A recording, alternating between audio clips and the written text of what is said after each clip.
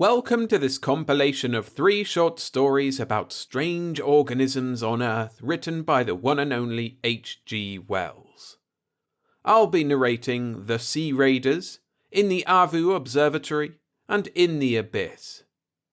For more free short stories that aren't available on YouTube, go to my Substack page and sign up.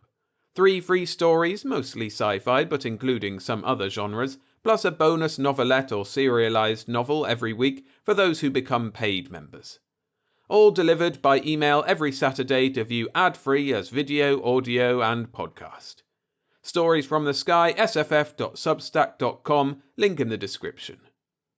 But for now, let's get to the stories. So sit back, relax, and enjoy. The Sea Raiders by H.G. Wells. Narrated by William Sky. Chapter 1.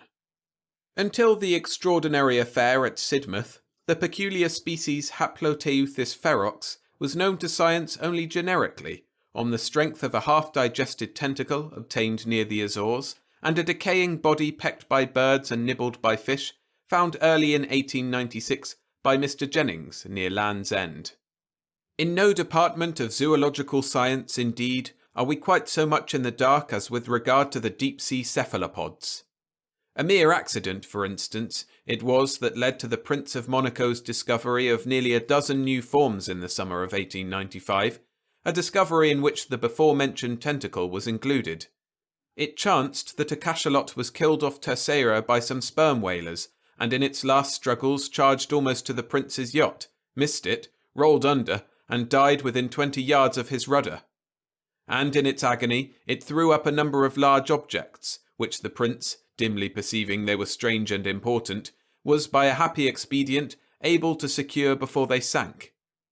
He set his screws in motion, and kept them circling in the vortices thus created until a boat could be lowered. And these specimens were whole cephalopods and fragments of cephalopods, some of gigantic proportions, and almost all of them unknown to science. It would seem, indeed, that these large and agile creatures, living in the middle depths of the sea, must, to a large extent, forever remain unknown to us, since under water they are too nimble for nets, and it is only by such rare, unlooked-for accidents that specimens can be obtained. In the case of Haploteuthis ferox, for instance, we are still altogether ignorant of its habitat, as ignorant as we are of the breeding ground of the herring or the seaways of the salmon. And zoologists are altogether at a loss to account for its sudden appearance on our coast. Possibly it was the stress of a hunger migration that drove it hither out of the deep. But it will be, perhaps, better to avoid necessarily inconclusive discussion, and to proceed at once with our narrative. The first human being to set eyes upon a living Haploteuthis, the first human being to survive, that is, for there can be little doubt now that the wave of bathing fatalities and boating accidents that travelled along the coast of Cornwall and Devon in early May was due to this cause, was a retired tea dealer of the name of Fisson, who was stopping at a Sidmouth boarding house. It was in the afternoon, and he was walking along the cliff path between Sidmouth and Ladram Bay. The cliffs in this direction are very high, but down the red face of them in one place a kind of ladder staircase has been made. He was near this when his attention was attracted by what at first he thought to be a cluster of birds struggling over a fragment of food that caught the sunlight and glistened pinkish white. The tide was right out, and this object was not only far below him, but remote across a broad waste of rock reefs covered with dark seaweed and interspersed with silvery shining tidal pools. And he was, moreover, dazzled by the brightness of the further water. In a minute, regarding this again, he perceived that his judgment was in fault, for over this struggle circled a number of birds, jackdaws and gulls for the most part, the latter gleaming blindingly when the sunlight smote their wings, and they seemed minute in comparison with it. And his curiosity was, perhaps, aroused all the more strongly because of his first insufficient explanations. As he had nothing better to do than amuse himself, he decided to make this object, whatever it was, the goal of his afternoon walk instead of Ladram Bay, conceiving it might perhaps be a great fish of some sort, stranded by some chance and flapping about in its distress. And so he hurried down the long steep ladder, stopping at intervals of 30 feet or so to take breath and scan the mysterious movement. At the foot of the cliff he was, of course, nearer his object than he had been, but on the other hand it now came up against the incandescent sky beneath the sun so as to seem dark and indistinct. Whatever was pinkish of it was now hidden by a skerry of weedy boulders. But he perceived that it was made up of 7 rounded bodies, distinct or connected, and that the birds kept up a constant croaking and screaming, but seemed afraid to approach it too closely. Mr. Fisson, torn by curiosity, began picking his way across the wave-worn rocks, and finding the wet seaweed that covered them thickly rendered them extremely slippery, he stopped, removed his shoes and socks, and rolled his trousers above his knees. His object was, of course, merely to avoid stumbling into the rocky pools about him, and perhaps he was rather glad, as all men are, of an excuse to resume, even for a moment, the sensations of his boyhood. At any rate, it is to this, no doubt, that he owes his life. He approached his mark with all the assurance which the absolute security of this country against all forms of animal life gives its inhabitants. The round bodies moved to and fro, but it was only when he surmounted the skerry of boulders I have mentioned that he realized the horrible nature of the discovery. It came upon him with some suddenness. The rounded bodies fell apart as he came into sight over the ridge, and displayed the pinkish object to be the partially devoured body of a human being, but whether of a man or woman he was unable to say. And the rounded bodies were new and ghastly-looking creatures, in shape somewhat resembling an octopus, with huge and very long and flexible tentacles, coiled copiously on the ground. The skin had a glistening texture, unpleasant to see, like shiny leather. The downward bend of the tentacle-surrounded mouth, the curious excrescence at the bend, the tentacles, and the large intelligent eyes, gave the creatures a grotesque suggestion of a face. They were the size of a fair-sized swine about the body, and the tentacles seemed to him to be many feet in length. There were, he thinks, 7 or 8 at least of the creatures. 20 yards beyond them, amid the surf of the now returning tide, 2 others were emerging from the sea. Their bodies lay flatly on the rocks, and their eyes regarded him with evil interest. But it does not appear that Mr. Fisson was afraid, or that he realized that he was in any danger. Possibly his confidence is to be ascribed to the limpness of their attitudes. But he was horrified, of course, and intensely excited and indignant at such revolting creatures preying upon human flesh. He thought they had chanced upon a drowned body. He shouted to them, with the idea of driving them off, and finding they did not bunch, cast about him, picked up a big rounded lump of rock, and flung it at one. And then, slowly uncoiling their tentacles, they all began moving towards him, creeping at first deliberately, and making a soft purring sound to each other. In a moment, Mr. Fisson realized that he was in danger. He shouted again, threw both his boots, and started off with a leap forthwith.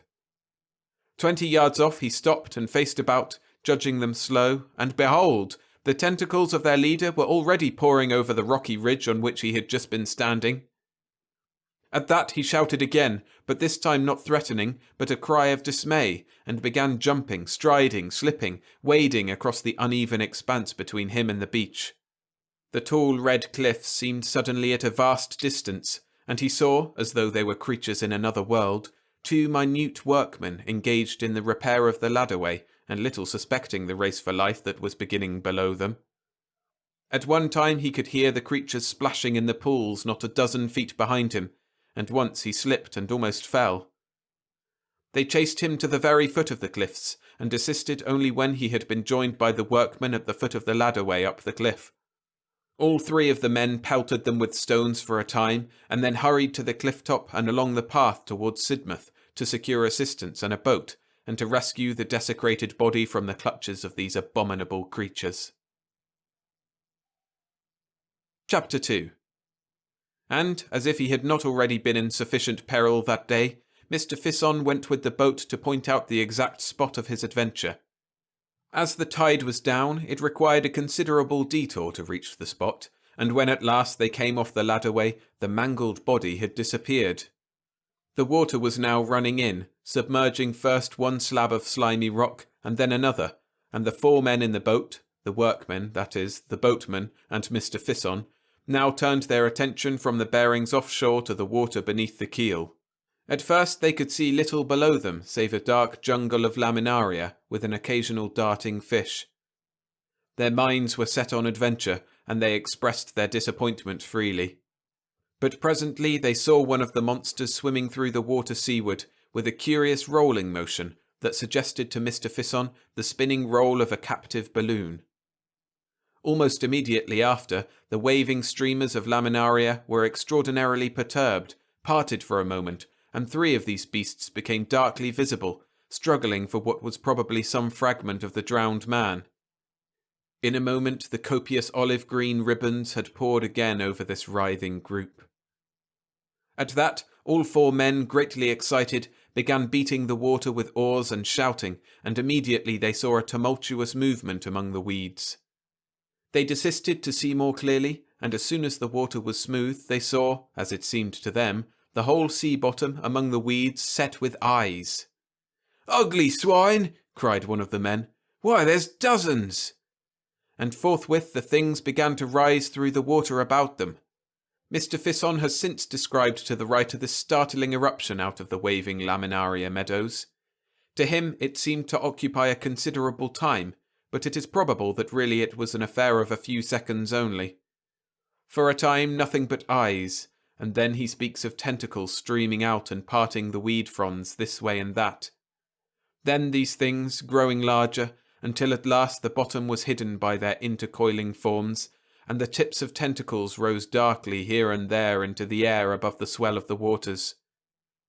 One came up boldly to the side of the boat, and clinging to this with 3 of its sucker-set tentacles, threw 4 others over the gunwale, as if with an intention either of oversetting the boat or of clambering into it. Mr. Fisson at once caught up the boat-hook, and, jabbing furiously at the soft tentacles, forced it to desist. He was struck in the back and almost pitched over by the boatman, who was using his oar to resist a similar attack on the other side of the boat.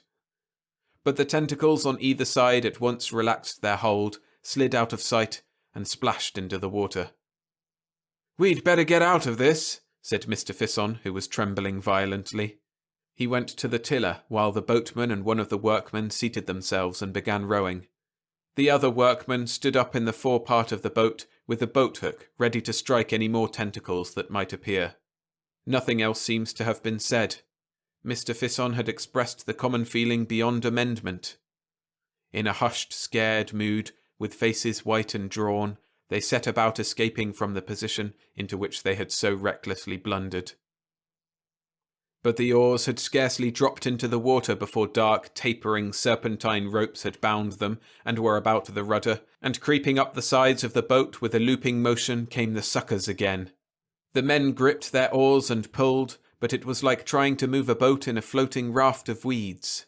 "Help here!" cried the boatman, and Mr. Fisson and the second workman rushed to help lug at the oar. Then the man with the boat-hook, his name was Ewan, sprang up with a curse and began striking downward over the side, as far as he could reach, at the bank of tentacles that now clustered along the boat's bottom. And at the same time, the 2 rowers stood up to get a better purchase for the recovery of their oars. The boatman handed his to Mr. Fisson, who lugged desperately, and meanwhile the boatman opened a big clasp knife, and leaning over the side of the boat, began hacking at the spiring arms upon the oar shaft. Mr. Fisson, staggering with the quivering rocking of the boat, his teeth set, his breath coming short, and the veins starting on his hands as he pulled at his oar, suddenly cast his eyes seaward. And there, not 50 yards off, across the long rollers of the incoming tide, was a large boat standing in towards them, with 3 women and a little child in it. A boatman was rowing, and a little man in a pink-ribboned straw hat and whites stood in the stern hailing them. For a moment, of course, Mr. Fisson thought of help, and then he thought of the child. He abandoned his oar forthwith, threw up his arms in a frantic gesture, and screamed to the party in the boat to keep away, for God's sake. It says much for the modesty and courage of Mr. Fisson that he does not seem to be aware that there was any quality of heroism in his action at this juncture. The oar he had abandoned was at once drawn under, and presently reappeared floating about 20 yards away. At the same moment Mr. Fisson felt the boat under him lurch violently, and a hoarse scream, a prolonged cry of terror from Hill, the boatman, caused him to forget the party of excursionists altogether. He turned and saw Hill crouching by the forward rowlock, his face convulsed with terror and his right arm over the side and drawn tightly down. He gave now a succession of short, sharp cries. "Oh! Ow! Oh! Ow!" Mr. Fisson believes that he must have been hacking at the tentacles below the waterline and have been grasped by them, but of course it is quite impossible to say now certainly what had happened. The boat was heeling over, so that the gunwale was within 10 inches of the water, and both Ewan and the other labourer were striking down into the water with oar and boathook on either side of Hill's arm. Mr. Fisson instinctively placed himself to counterpoise them. Then Hill, who was a burly, powerful man, made a strenuous effort and rose almost to a standing position. He lifted his arm, indeed, clean out of the water. Hanging to it was a complicated tangle of brown ropes, and the eyes of one of the brutes that had hold of him, glaring straight and resolute, showed momentarily above the surface. The boat heeled more and more, and the green-brown water came pouring in a cascade over the side. Then Hill slipped and fell with his ribs across the side, and his arm and the mass of tentacles about it splashed back into the water. He rolled over. His boot kicked Mr. Fisson's knee as that gentleman rushed forward to seize him, and in another moment fresh tentacles had whipped about his waist and neck, and after a brief convulsive struggle, in which the boat was nearly capsized, Hill was lugged overboard. The boat righted with a violent jerk that all but sent Mr. Fisson over the other side, and hid the struggle in the water from his eyes. He stood staggering to recover his balance for a moment, and as he did so he became aware that the struggle and the inflowing tide had carried them close upon the weedy rocks again. Not 4 yards off, a table of rocks still rose in rhythmic movements above the inwash of the tide. In a moment Mr. Fisson seized the oar from Ewan, gave one vigorous stroke, then dropping it, ran to the bows and leapt. He felt his feet slide over the rock, and by a frantic effort leapt again toward a further mass. He stumbled over this, came to his knees, and rose again. "Look out!" cried someone, and a large drab body struck him. He was knocked flat into a tidal pool by one of the workmen, and as he went down he heard smothered, choking cries that he believed at the time came from Hill. Then he found himself marvelling at the shrillness and variety of Hill's voice. Someone jumped over him, and a curving rush of foamy water poured over him, and passed. He scrambled to his feet, dripping, and without looking seaward, ran as fast as his terror would let him shoreward.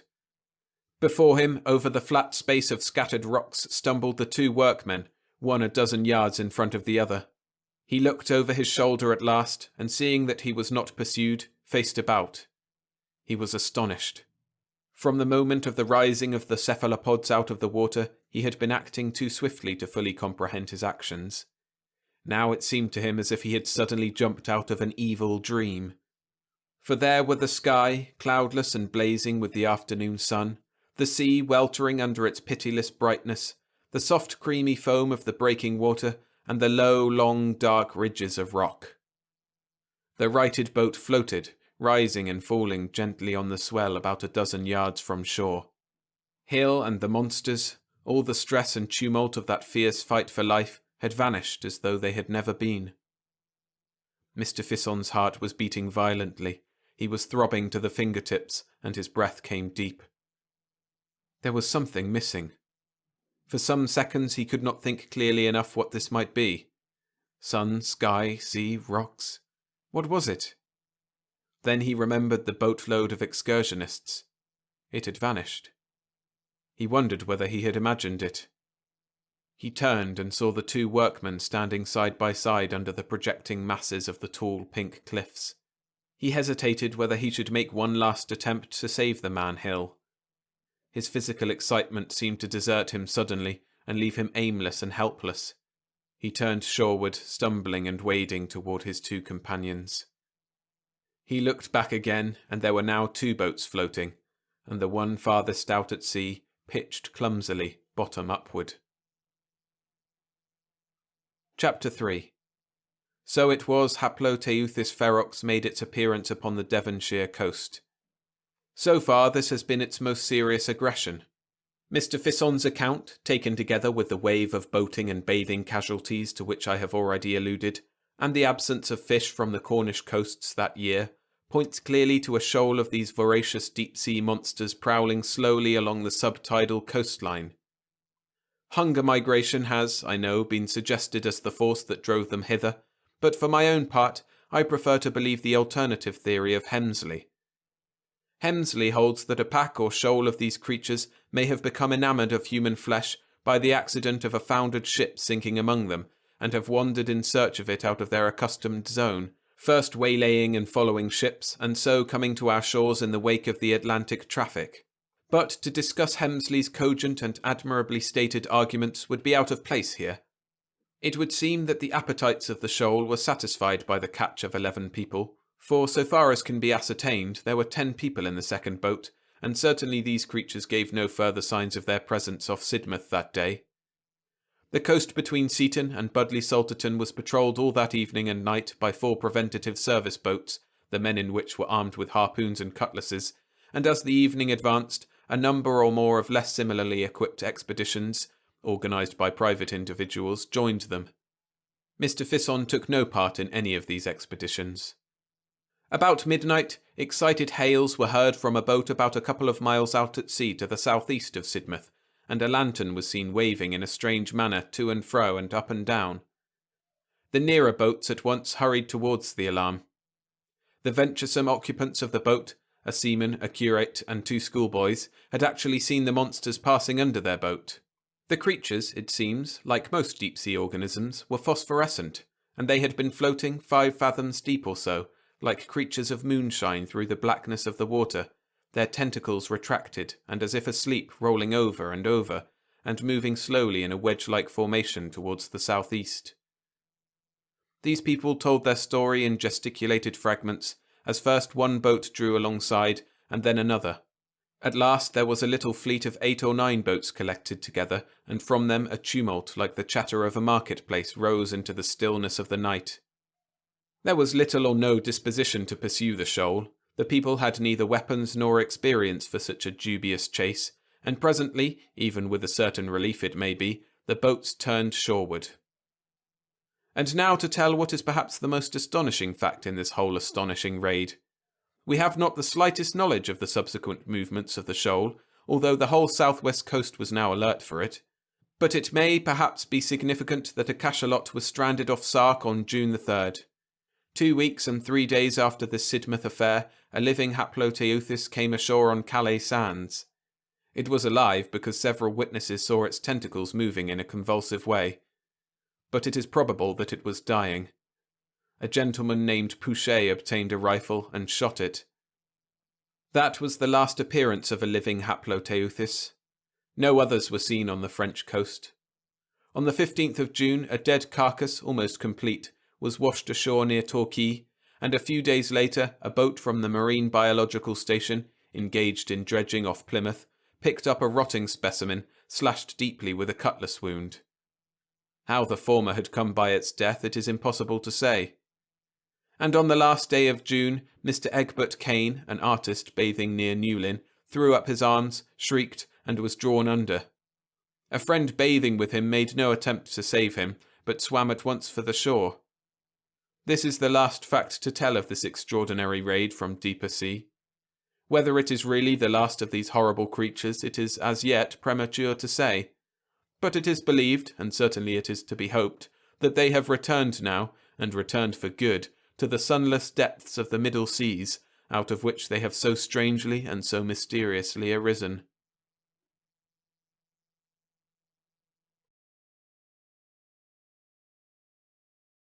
In the Avu Observatory by H. G. Wells. Narrated by William Skye. The observatory at Avu in Borneo stands on the spur of the mountain. To the north rises the old crater, black at night against the unfathomable blue of the sky. From the little circular building with its mushroom dome, the slopes plunge steeply downward into the black mysteries of the tropical forest beneath. The little house in which the observer and his assistant live is about 50 yards from the observatory, and beyond this are the huts of their native attendants. Thaddy, the chief observer, was down with a slight fever. His assistant, Woodhouse, paused for a moment in silent contemplation of the tropical night before commencing his solitary vigil. The night was very still. Now and then voices and laughter came from the native huts, or the cry of some strange animal was heard from the midst of the mystery of the forest. Nocturnal insects appeared in ghostly fashion out of the darkness and fluttered round his light. He thought, perhaps, of all the possibilities of discovery that still lay in the black tangle beneath him, for to the naturalist the virgin forests of Borneo are still a wonderland full of strange questions and half-suspected discoveries. Woodhouse carried a small lantern in his hand, and its yellow glow contrasted vividly with the infinite series of tints between lavender blue and black in which the landscape was painted. His hands and face were smeared with ointment against the attack of the mosquitoes. Even in these days of celestial photography, work done in a purely temporary erection and with only the most primitive appliances in addition to the telescope, still involves a very large amount of cramped and motionless watching. He sighed as he thought of the physical fatigues before him, stretched himself, and entered the observatory. The reader is probably familiar with the structure of an ordinary astronomical observatory. The building is usually cylindrical in shape, with a very light hemispherical roof capable of being turned round from the interior. The telescope is supported upon a stone pillar in the centre, and a clockwork arrangement compensates for the Earth's rotation and allows a star, once found, to be continuously observed. Besides this, there is a compact tracery of wheels and screws about its point of support, by which the astronomer adjusts it. There is, of course, a slit in the movable roof which follows the eye of the telescope in its survey of the heavens. The observer sits or lies on a sloping wooden arrangement, which he can wheel to any part of the observatory as the position of the telescope may require. Within, it is advisable to have things as dark as possible in order to enhance the brilliance of the stars observed.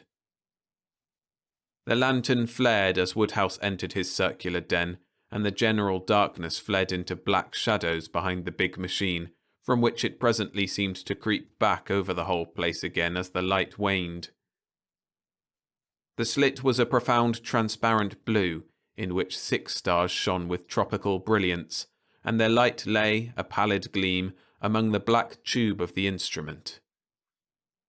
Woodhouse shifted the roof, and then proceeding to the telescope, turned first one wheel and then another, the great cylinder slowly swinging into a new position. Then he glanced through the finder, the little companion telescope, moved the roof a little more, made some further adjustments, and set the clockwork in motion. He took off his jacket, for the night was very hot, and pushed into position the uncomfortable seat to which he was condemned for the next 4 hours. Then, with a sigh, he resigned himself to his watch upon the mysteries of space. There was no sound now in the observatory, and the lantern waned steadily. Outside there was the occasional cry of some animal in alarm or pain, or calling to its mate, and the intermittent sounds of the Malay and Dayak servants. Presently, one of the men began a queer chanting song, in which the others joined at intervals. After this it would seem that they turned in for the night, for no further sound came from their direction, and the whispering stillness became more and more profound. The clockwork ticked steadily. The shrill hum of a mosquito explored the place and grew shriller in indignation at Woodhouse's ointment. Then the lantern went out, and all the observatory was black. Woodhouse shifted his position presently, when the slow movement of the telescope had carried it beyond the limits of his comfort. He was watching a little group of stars in the Milky Way, in one of which his chief had seen, or fancied, a remarkable colour variability. It was not a part of the regular work for which the establishment existed, and for that reason perhaps Woodhouse was deeply interested. He must have forgotten things terrestrial. All his attention was concentrated upon the great blue circle of the telescope field, a circle powdered, so it seemed, with an innumerable multitude of stars, and all luminous against the blackness of its setting. As he watched, he seemed to himself to become incorporeal, as if he too were floating in the ether of space. Infinitely remote was the faint red spot he was observing. Suddenly the stars were blotted out.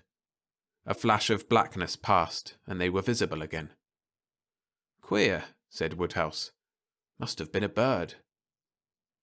The thing happened again, and immediately after the great tube shivered as though it had been struck. Then the dome of the observatory resounded with a series of thundering blows. The stars seemed to sweep aside as the telescope, which had been unclamped, swung round and away from the slit in the roof. "Great Scott!" cried Woodhouse. "What's this?" Some huge, vague black shape with a flapping something like a wing seemed to be struggling in the aperture of the roof. In another moment the slit was clear again, and the luminous haze of the Milky Way shone warm and bright. The interior of the roof was perfectly black, and only a scraping sound marked the whereabouts of the unknown creature. Woodhouse had scrambled from the seat to his feet. He was trembling violently and in a perspiration with the suddenness of the occurrence. Was the thing, whatever it was, inside or out? It was big, whatever else it might be. Something shot across the skylight and the telescope swayed. He started violently and put his arm up. It was in the observatory then, with him. It was clinging to the roof, apparently. What the devil was it? Could it see him? He stood for perhaps a minute in a state of stupefaction. The beast, whatever it was, clawed at the interior of the dome, and then something flapped almost into his face, and he saw the momentary gleam of starlight on a skin like oiled leather. His water bottle was knocked off his little table with a smash. The sense of some strange bird creature hovering a few yards from his face in the darkness was indescribably unpleasant to Woodhouse. As his thought returned, he concluded that it must be some night bird or large bat. At any risk he would see what it was, and pulling a match from his pocket, he tried to strike it on the telescope seat. There was a smoking streak of phosphorescent light, the match flared for a moment, and he saw a vast wing sweeping towards him, a gleam of grey-brown fur, and then he was struck in the face and the match knocked out of his hand. The blow was aimed at his temple, and a claw tore sideways down to his cheek. He reeled and fell, and he heard the extinguished lantern smash. Another blow followed as he fell. He was partly stunned. He felt his own warm blood stream out upon his face. Instinctively, he felt his eyes had been struck at, and turning over on his face to save them, tried to crawl under the protection of the telescope. He was struck again upon the back, and he heard his jacket rip, and then the thing hit the roof of the observatory. He edged as far as he could between the wooden seat and the eyepiece of the instrument, and turned his body round so that it was chiefly his feet that were exposed. With these he could at least kick. He was still in a mystified state. The strange beast banged about in the darkness, and presently clung to the telescope, making it sway and the gear rattle. Once it flapped near him, and he kicked out madly, and felt a soft body with his feet. He was horribly scared now. It must be a big thing to swing the telescope like that. He saw for a moment the outline of a head black against the starlight, with the sharply pointed upstanding ears and a crest between them. It seemed to him to be as big as a mastiff's. Then he began to bawl out as loudly as he could for help. At that, the thing came down upon him again. As it did so, his hand touched something beside him on the floor. He kicked out, and the next moment his ankle was gripped and held by a row of keen teeth. He yelled again and tried to free his leg by kicking with the other. Then he realized he had the broken water bottle at his hand, and snatching it, he struggled into a sitting posture, and feeling in the darkness towards his foot, gripped a velvety ear like the ear of a big cat. He had seized the water bottle by its neck and brought it down with a shivering crash upon the head of the strange beast. He repeated the blow, and then stabbed and jabbed with the jagged end of it in the darkness where he judged the face might be. The small teeth relaxed their hold, and at once Woodhouse pulled his leg free and kicked hard. He felt the sickening feel of fur and bone giving under his boot. There was a tearing bite at his arm, and he struck over it at the face as he judged, and hit damp fur. There was a pause. Then he heard the sound of claws, and the dragging of a heavy body away from him over the observatory floor. Then there was silence, broken only by his own sobbing breathing and a sound like licking. Everything was black except the parallelogram of the blue skylight with the luminous dust of stars against which the end of the telescope now appeared in silhouette. He waited, as it seemed, an interminable time. Was the thing coming on again? He felt in his trouser pocket for some matches and found one remaining. He tried to strike this, but the floor was wet and it spat and went out. He cursed. He could not see where the door was situated. In his struggle he had quite lost his bearings. The strange beast, disturbed by the splutter of the match, began to move again. "Time!" called Woodhouse with a sudden gleam of mirth, but the thing was not coming at him again. He must have hurt it, he thought, with the broken bottle. He felt a dull pain in his ankle. Probably he was bleeding there. He wondered if it would support him if he tried to stand up. The night outside was very still. There was no sound of anyone moving. The sleepy fools had not heard those wings battering upon the dome, nor his shouts. It was no good wasting strength in shouting. The monster flapped its wings and startled him into a defensive attitude. He hit his elbow against the seat, and it fell over with a crash. He cursed this, and then he cursed the darkness. Suddenly the oblong patch of starlight seemed to sway to and fro. Was he going to faint? It would never do to faint. He clenched his fists and set his teeth to hold himself together. Where had the door got to? It occurred to him he could get his bearings by the stars visible through the skylight. The patch of stars he saw was in Sagittarius and southeastward. The door was north, or was it north by west? He tried to think. If he could get the door open, he might retreat. It might be the thing was wounded. The suspense was beastly. "Look here," he said. "If you don't come on, I shall come at you." Then the thing began clambering up the side of the observatory, and he saw its black outline gradually blot out the skylight. Was it in retreat? He forgot about the door and watched as the dome shifted and creaked. Somehow he did not feel very frightened or excited now. He felt a curious sinking sensation inside him. The sharply defined patch of light, with the black form moving across it, seemed to be growing smaller and smaller. That was curious. He began to feel very thirsty, and yet he did not feel inclined to get anything to drink. He seemed to be sliding down a long funnel. He felt a burning sensation in his throat, and then he perceived it was broad daylight, and that one of the Dyak servants was looking at him with a curious expression. Then there was the top of Thaddeus' face, upside down. Funny fellow, Thaddeus, to go about like that. Then he grasped the situation better, and perceived that his head was on Thaddeus' knee, and Thaddeus was giving him brandy. And then he saw the eyepiece of the telescope with a lot of red smears on it. He began to remember. "You've made this observatory in a pretty mess," said Thaddeus. The Dyak boy was beating up an egg in brandy. Woodhouse took this and sat up. He felt a sharp twinge of pain. His ankle was tied up, so were his arm and the side of his face. The smashed glass, red-stained, lay about the floor. The telescope seat was overturned, and by the opposite wall was a dark pool. The door was open, and he saw the grey summit of the mountain against a brilliant background of blue sky. "Pah!" said Woodhouse. "Who's been killing calves here? Take me out of it." Then he remembered the thing and the fight he had had with it.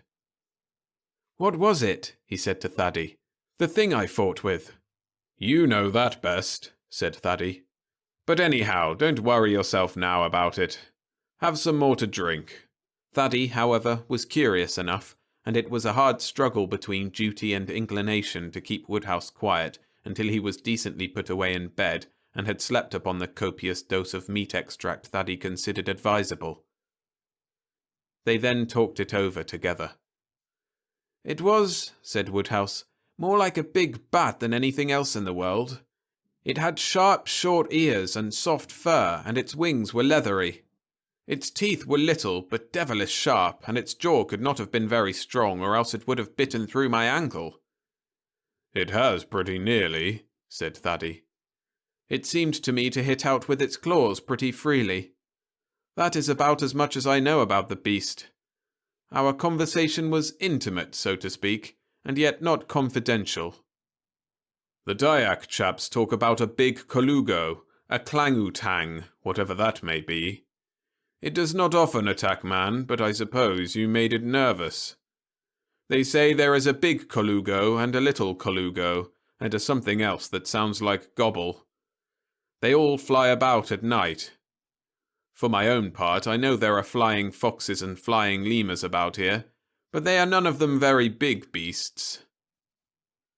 "There are more things in heaven and earth," said Woodhouse, and Thaddy groaned at the quotation, "and more particularly in the forests of Borneo than are dreamt of in our philosophies. On the whole, if the Borneo fauna is going to disgorge any more of its novelties upon me, I should prefer that it did so when I was not occupied in the observatory at night and alone."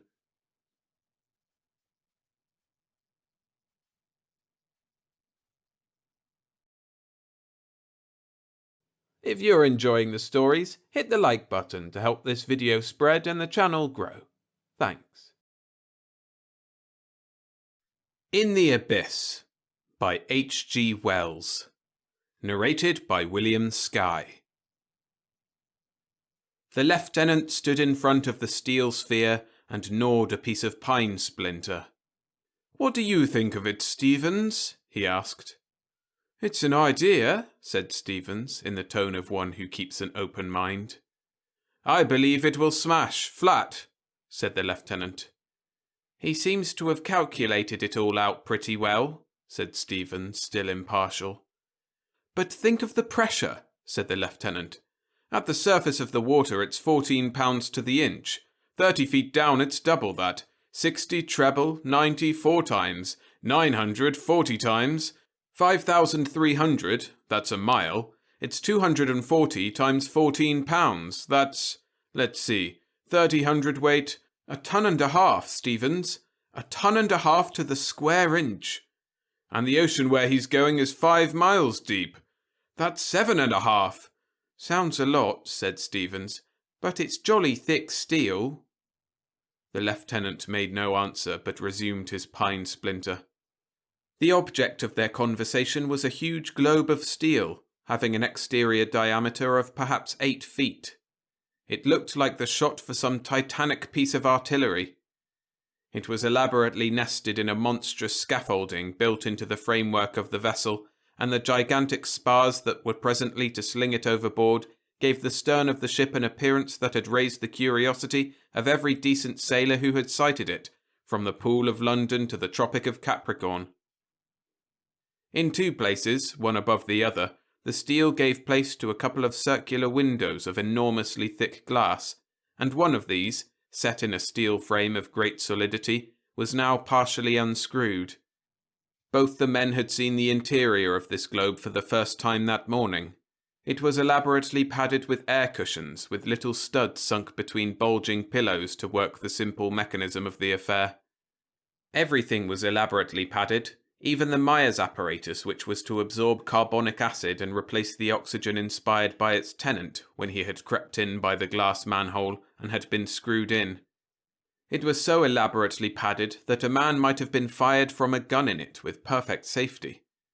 And it had need to be, for presently a man was to crawl in through that glass manhole, to be screwed up tightly, and to be flung overboard, and to sink down, down, down, for 5 miles, even as the lieutenant said. It had taken the strongest hold of his imagination. It made him a bore at mess, and he found Stevens, the new arrival aboard, a godsend to talk to about it, over and over again. "It's my opinion," said the lieutenant, "that that glass will simply bend in and bulge and smash under a pressure of that sort. Dobray has made rocks run like water under big pressures, and you mark my words." "If the glass did break in," said Stevens, "what then?" "The water would shoot in like a jet of iron. Have you ever felt a straight jet of high-pressure water? It would hit as hard as a bullet. It would simply smash him and flatten him. It would tear down his throat and into his lungs. It would blow in his ears."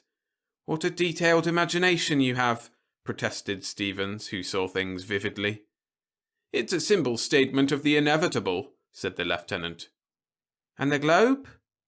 "Would just give out a few little bubbles, and it would settle down comfortably against the day of judgment, among the oozes and the bottom clay, with poor Elstead spread over his own smashed cushions like butter over bread." He repeated this sentence as though he liked it very much. "Like butter over bread," he said. "Having a look at the jigger?" said a voice behind them, and Elstead stood behind them, spick and span in white, with a cigarette between his teeth, and his eyes smiling out of the shadow of his ample hat brim. "What's that about bread and butter, Weybridge? Grumbling as usual about the insufficient pay of naval officers? It won't be more than a day now before I start. We are to get the slings ready today. This clean sky and gentle swell is just the kind of thing for swinging off 20 tons of lead and iron, isn't it?" "It won't affect you much," said Weybridge. "No, 70 or 80 feet down, and I shall be there in a dozen seconds.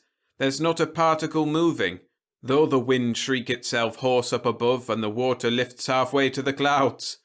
No, down there," he moved to the side of the ship, and the other two followed him. All three leant forward on their elbows and stared down into the yellow-green water. "Peace," said Elstead, finishing his thought aloud. "Are you dead certain that clockwork will act?" asked Weybridge presently. "It has worked 35 times, said Elstead. "It's bound to work." "But if it doesn't?"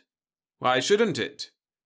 "I wouldn't go down in that confounded thing," said Weybridge, "for £20,000. "Cheerful chap you are," said Elstead, and spat sociably at a bubble below. "I don't understand yet how you mean to work the thing," said Stevens. "In the first place, I'm screwed into the sphere," said Elstead, "and when I've turned the electric light off and on 3 times to show I'm cheerful, I'm swung out over the stern by that crane, with all those big lead sinkers slung below me.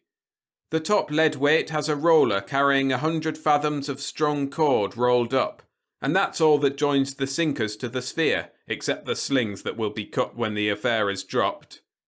We use cord rather than wire rope because it's easier to cut and more buoyant. Necessary points, as you will see. Through each of these lead weights you notice there is a hole, and an iron rod will be run through that and will project 6 feet on the lower side. If that rod is rammed up from below, it knocks up a lever and sets the clockwork in motion at the side of the cylinder on which the cord winds. Very well. The whole affair is lowered gently into the water, and the slings are cut. The sphere floats. With the air in it, it's lighter than water, but the lead weights go down straight and the cord runs out. When the cord is all paid out, the sphere will go down too, pulled down by the cord." "But why the cord?" asked Stevens. "Why not fasten the weights directly to the sphere?" "Because of the smash down below. The whole affair will go rushing down mile after mile at a headlong pace at last. It would be knocked to pieces on the bottom if it wasn't for that cord. But the weights will hit the bottom, and directly they do, the buoyancy of the sphere will come into play. It will go on sinking, slower and slower, come to a stop at last, and then begin to float upward again. That's where the clockwork comes in. Directly the weights smash against the sea bottom, the rod will be knocked through and will kick up the clockwork, and the cord will be rewound on the reel. I shall be lugged down to the sea bottom. There I shall stay for half an hour, with the electric light on, looking about me. Then the clockwork will release a spring knife, the cord will be cut, and up I shall rush again, like a soda water bubble. The cord itself will help the flotation." "And if you should chance to hit a ship?" said Weybridge. "I should come up at such a pace I should go clean through it," said Elstead, "like a cannonball. You needn't worry about that." "And suppose some nimble crustacean should wriggle into your clockwork? It would be a pressing sort of invitation for me to stop," said Elstead, turning his back on the water and staring at the sphere. They had swung Elstead overboard by 11 o'clock. The day was serenely bright and calm, with the horizon lost in haze. The electric glare in the little upper compartment beamed cheerfully 3 times. Then they let him down slowly to the surface of the water, and a sailor in the stern chains hung ready to cut the tackle that held the lead weights and the sphere together. The globe, which had looked so large on deck, looked the smallest thing conceivable under the stern of the ship. It rolled a little, and its 2 dark windows, which floated uppermost, seemed like eyes turned up in round wonderment at the people who crowded the rail. A voice wondered how Elstead liked the rolling. "Are you ready?" sang out the commander. "Aye, aye, sir." "Then let her go." The rope of the tackle tightened against the blade and was cut, and an eddy rolled over the globe in a grotesquely helpless fashion. Someone waved a handkerchief, someone else tried an ineffectual cheer. A middy was counting slowly. 8, 9, 10. Another roll, then with a jerk and a splash the thing righted itself. It seemed to be stationary for a moment, to grow rapidly smaller, and then the water closed over it and it became visible, enlarged by refraction and dimmer below the surface. Before one could count 3, it had disappeared. There was a flicker of white light far down in the water that diminished to a speck and vanished. Then there was nothing but a depth of water going down into blackness, through which a shark was swimming. Then suddenly the screw of the cruiser began to rotate, the water was crickled, the shark disappeared in a wrinkled confusion, and a torrent of foam rushed across the crystalline clearness that had swallowed up Elstead. "What's the idea?" said one AB to another. "We're going to lay off about a couple of miles, fear he should hit us when he comes up," said his mate. The ship steamed slowly to her new position. Aboard her, almost everyone who was unoccupied remained watching the breathing swell into which the sphere had sunk. For the next half hour, it is doubtful if a word was spoken that did not bear directly or indirectly on Elstead. The December sun was now high in the sky, and the heat very considerable. "He'll be cold enough down there," said Weybridge. "They say that below a certain depth seawater's always just about freezing." "Where will he come up?" asked Stevens. "I've lost my bearings." "That's the spot," said the commander, who prided himself on his omniscience. He extended a precise finger southeastward. "And this, I reckon, is pretty nearly the moment," he said. "He's been 35 minutes. "How long does it take to reach the bottom of the ocean?" asked Stevens. "For a depth of 5 miles, and reckoning, as we did, an acceleration to 2 foot per second both ways, is just about 3/4 of a minute." "Then he's overdue," said Weybridge. "Pretty nearly," said the commander. "I suppose it takes a few minutes for that cord of his to wind in." "I forgot that," said Weybridge, evidently relieved. And then began the suspense. A minute slowly dragged itself out, and no sphere shot out of the water. Another followed, and nothing broke the low, oily swell. The sailors explained to one another that little point about the winding in of the cord. The rigging was dotted with expectant faces. "Come up, Elstead," called one hairy-chested salt impatiently, and the others caught it up and shouted as though they were waiting for the curtain of a theatre to rise. The commander glanced irritably at them. "Of course, if the acceleration's less than 2, he said, he'll be all the longer. We aren't absolutely certain that was the proper figure. I'm no slavish believer in calculations." Stevens agreed concisely. No one on the quarterdeck spoke for a couple of minutes. Then Stevens's watch case clicked. When, 21 minutes after, the sun reached the zenith, they were still waiting for the globe to reappear, and not a man aboard had dared to whisper that hope was dead. It was Weybridge who first gave expression to that realization. He spoke while the sound of 8 bells still hung in the air. "I always distrusted that window," he said quite suddenly to Stevens. "Good God," said Stevens. "You don't think—" "Well," said Weybridge, and left the rest to his imagination.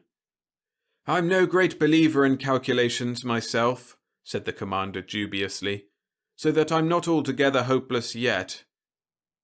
And at midnight the gunboat was steaming slowly in a spiral around the spot where the globe had sunk, and the white beam of the electric light fled and halted and swept discontentedly onward again over the waste of phosphorescent waters under the little stars.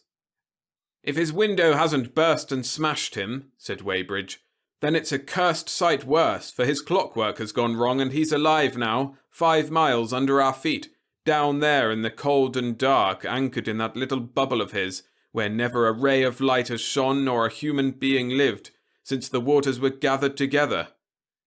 He's there without food, feeling hungry and thirsty and scared, wondering whether he'll starve or stifle. Which will it be?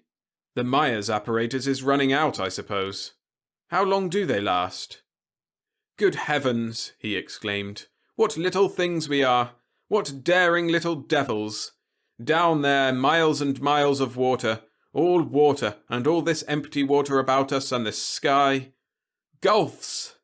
He threw his hands out, and as he did so, a little white streak swept noiselessly up the sky, travelling more slowly, stopped, became a motionless dot as though a new star had fallen up into the sky. Then it went sliding back again and lost itself amidst the reflections of the stars and the white haze of the sea's phosphorescence. At the sight he stopped, arm extended and mouth open. He shut his mouth, opened it again, and waved his arms with an impatient gesture. Then he turned, shouted, "Elstead ahoy!" to the first watch, and went at a run to Lindley and the searchlight. "I saw him," he said, "starboard there. His light's on and he's just shot out of the water. Bring the light round. We ought to see him drifting when he lifts on the swell." But they never picked up the explorer until dawn. Then they almost ran him down. The crane was swung out and a boat's crew hooked the chain to the sphere. When they had shipped the sphere, they unscrewed the manhole and peered into the darkness of the interior, for the electric light chamber was intended to illuminate the water about the sphere and was shut off entirely from its general cavity. The air was very hot within the cavity, and the india rubber at the lip of the manhole was soft. There was no answer to their eager questions, and no sound of movement within. Elstead seemed to be lying motionless, crumpled up in the bottom of the globe. The ship's doctor crawled in and lifted him out to the men outside. For a moment or so they did not know whether Elstead was alive or dead. His face in the yellow glow of the ship's lamps glistened with perspiration. They carried him down to his own cabin. He was not dead, they found, but in a state of absolute nervous collapse, and besides cruelly bruised. For some days he had to lie perfectly still. It was a week before he could tell his experiences. Almost his first words were that he was going down again. The sphere would have to be altered, he said, in order to allow him to throw off the cord if need be, and that was all. He had had the most marvellous experience. "You thought I should find nothing but ooze," he said. "You laughed at my explorations, and I've discovered a new world." He told his story in disconnected fragments, and chiefly from the wrong end, so that it is impossible to retell it in his words. But what follows is the narrative of his experience. It began atrociously, he said. Before the cord ran out, the thing kept rolling over. He felt like a frog in a football.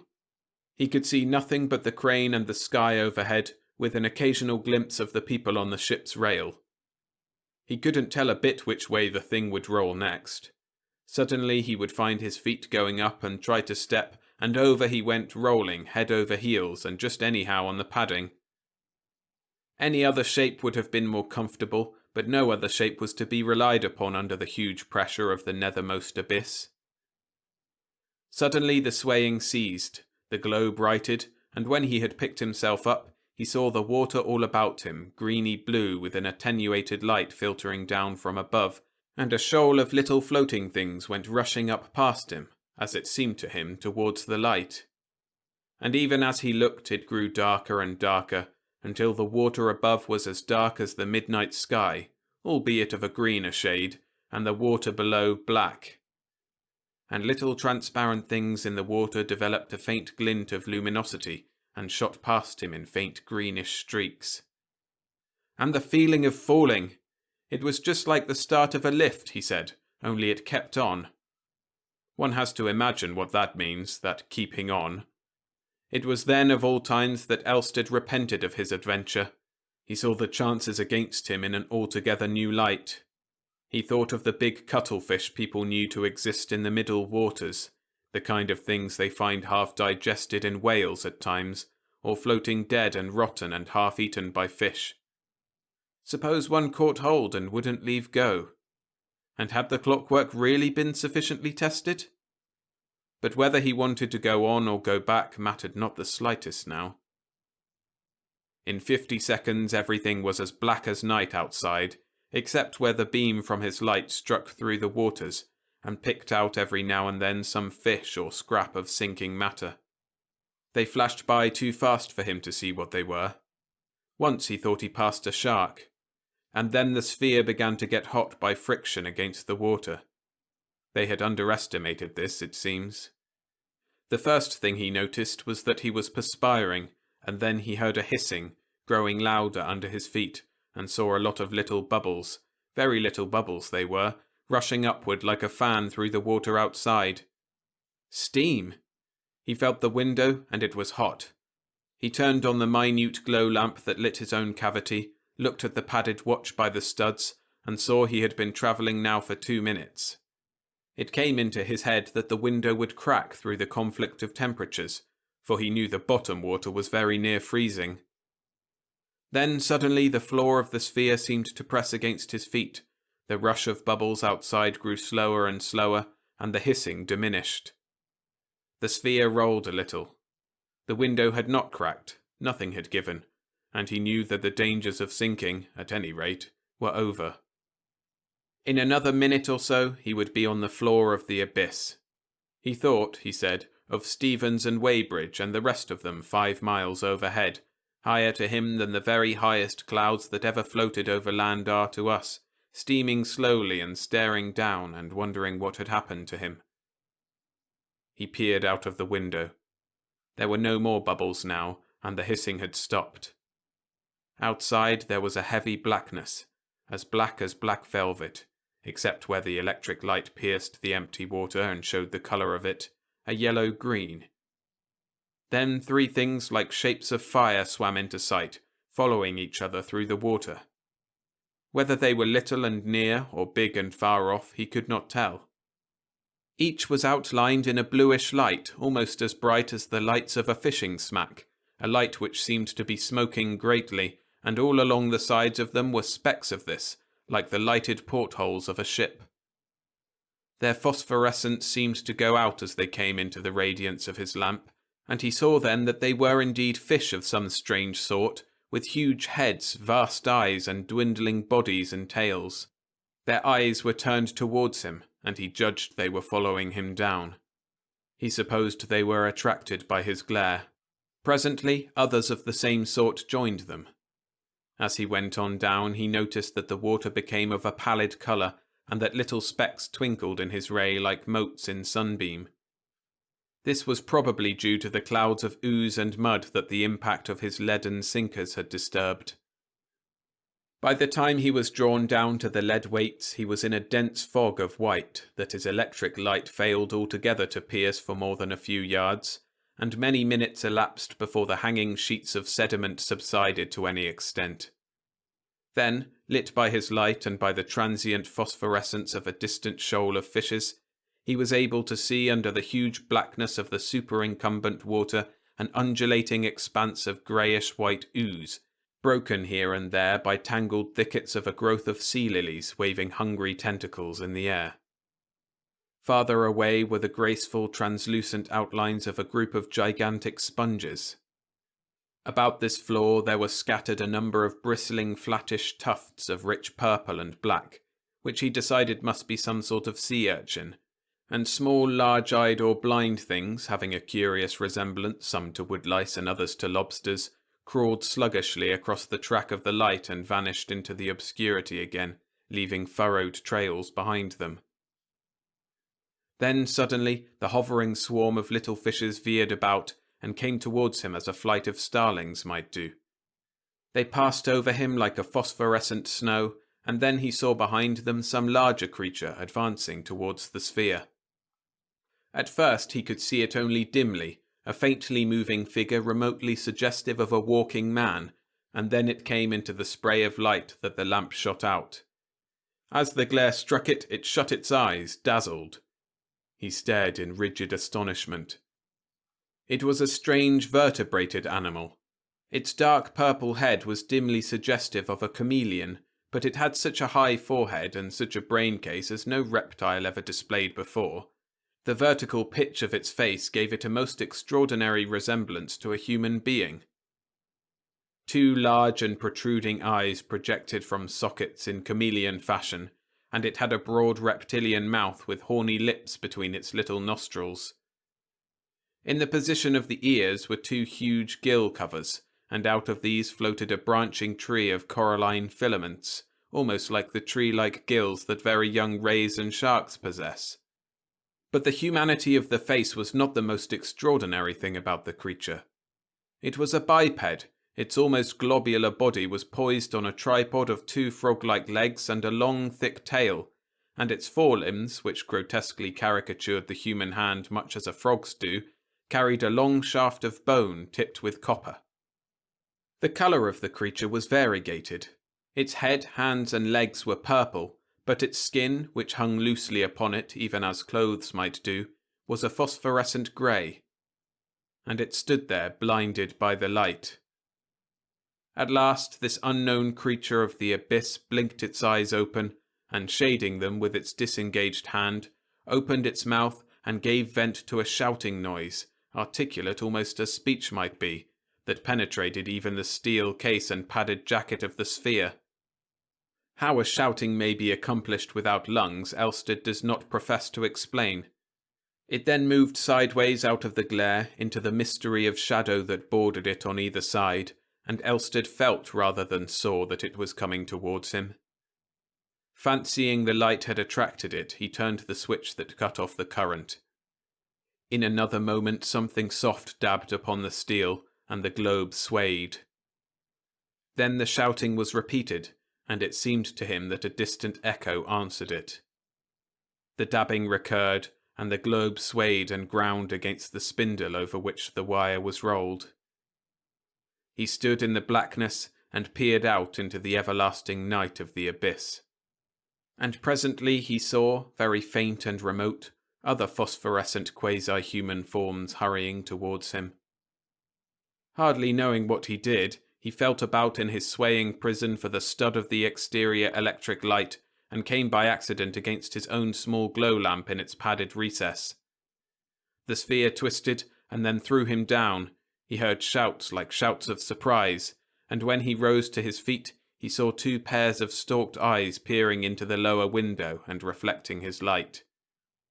In another moment, hands were dabbing vigorously at his steel casing, and there was a sound, horrible enough in his position, of the metal protection of the clockwork being vigorously hammered. That indeed sent his heart into his mouth, for if these strange creatures succeeded in stopping that, his release would never occur. Scarcely had he thought as much when he felt the sphere sway violently, and the floor of it press hard against his feet. He turned off the small glow lamp that lit the interior, and sent the ray of the large light in the separate compartment out into the water. The sea floor and the man-like creatures had disappeared, and a couple of fish chasing each other dropped suddenly by the window. He thought at once that these strange denizens of the deep sea had broken the wire rope, and that he had escaped. He drove up faster and faster, and then stopped with a jerk that sent him flying against the padded roof of his prison. For half a minute, perhaps, he was too astonished to think. Then he felt that the sphere was spinning slowly and rocking, and it seemed to him that it was also being drawn through the water. By crouching close to the window, he managed to make his weight effective and roll that part of the sphere downward, but he could see nothing save the pale ray of his light striking down ineffectively into the darkness. It occurred to him that he would see more if he turned the lamp off and allowed his eyes to grow accustomed to the profound obscurity. In this he was wise. After some minutes the velvety blackness became a translucent blackness, and then, far away and as faint as the zodiacal light of an English summer evening, he saw shapes moving below. He judged these creatures had detached his cable and were towing him along the sea bottom. And then he saw something faint and remote across the undulations of the submarine plain, a broad horizon of pale luminosity that extended this way and that way as far as the range of his little window permitted him to see. To this he was being towed, as a balloon might be towed by men out of the open country into a town. He approached it very slowly, and very slowly the dim irradiation was gathered together into more definite shapes. It was nearly 5 o'clock before he came over this luminous area, and by that time he could make out an arrangement suggestive of streets and houses grouped about a vast roofless erection that was grotesquely suggestive of a ruined abbey. It was spread out like a map below him. The houses were all roofless enclosures of walls, and their substance being, as he afterwards saw, of phosphorescent bones, gave the place an appearance as if it were built of drowned moonshine. Among the inner caves of the place, waving trees of crinoids stretched their tentacles, and tall, slender, glassy sponges shot like shining minarets and lilies of filmy light out of the general glow of the city.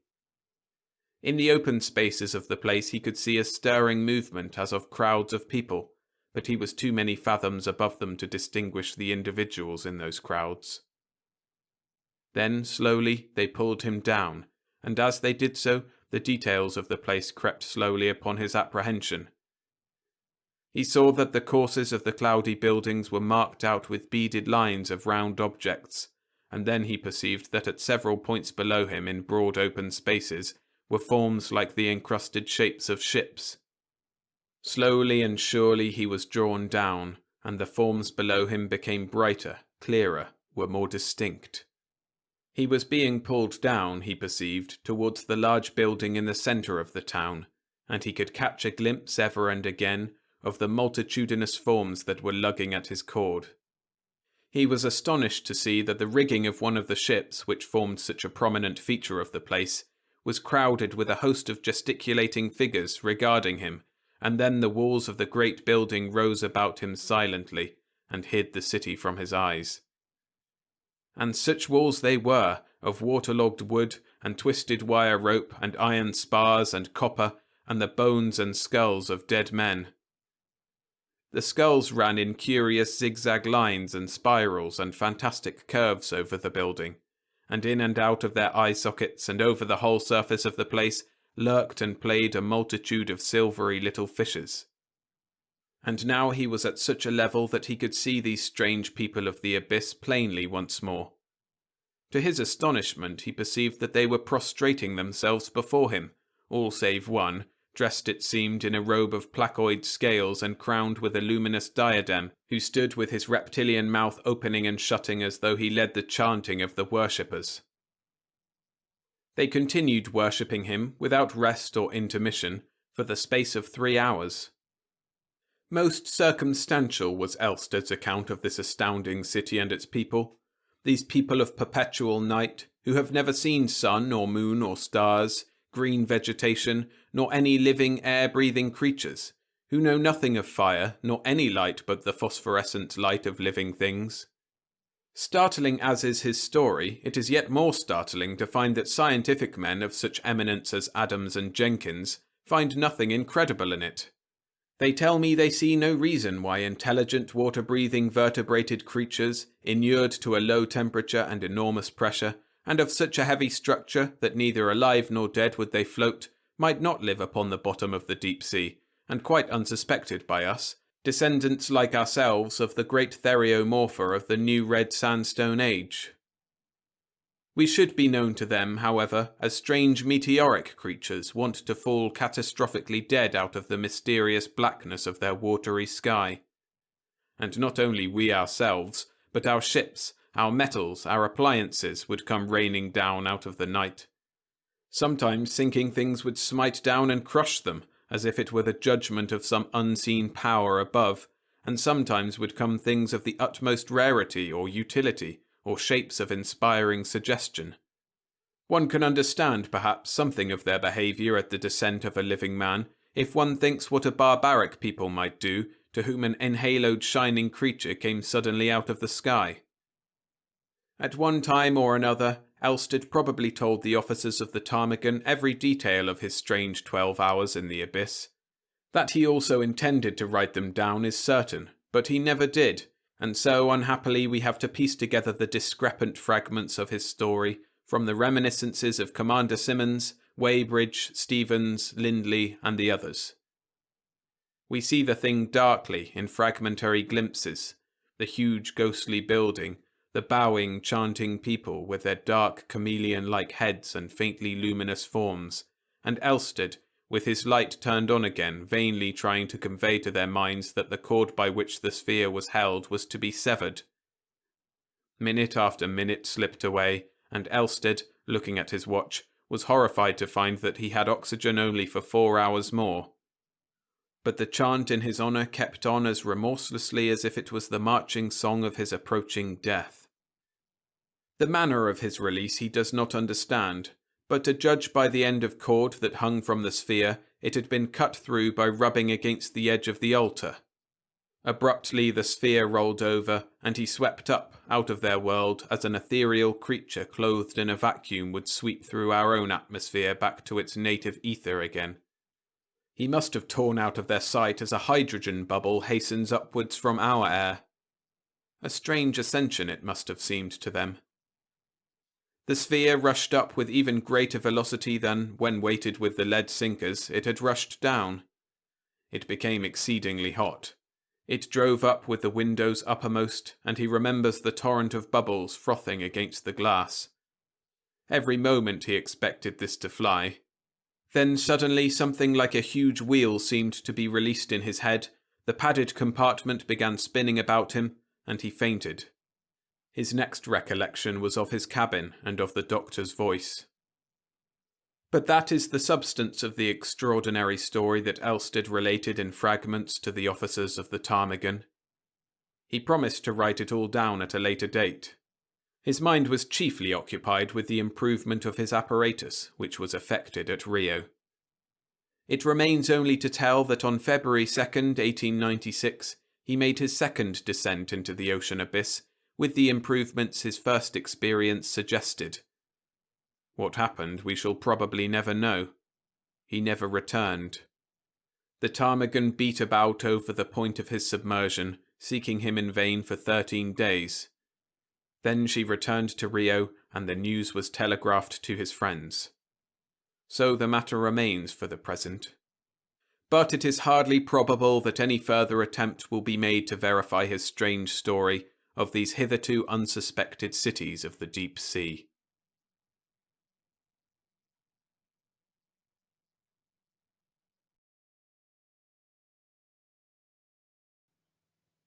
Thanks for listening.